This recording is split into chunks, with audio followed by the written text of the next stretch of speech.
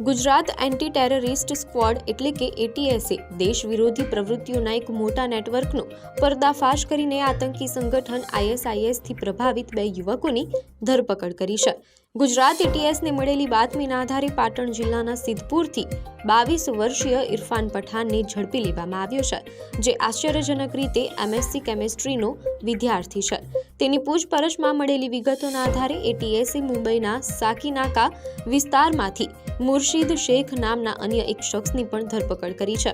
તપાસમાં સામે આવ્યું છે કે આ બંને આરોપીઓ સોશિયલ મીડિયાના માધ્યમથી પાકિસ્તાન અને અફઘાનિસ્તાન સ્થિત આતંકી જૂથોના સતત સંપર્કમાં હતા.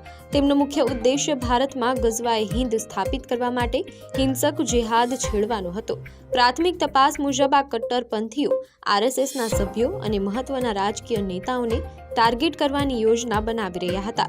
એટલું જ નહીં, ઇરફાન તેની કેમિસ્ટ્રીના જ્ઞાનનો ઉપયોગ કરીને આરડીએક્સ અને અન્ય બોમ્બ બનાવવાની પણ તૈયારી કરી રહ્યો હતો.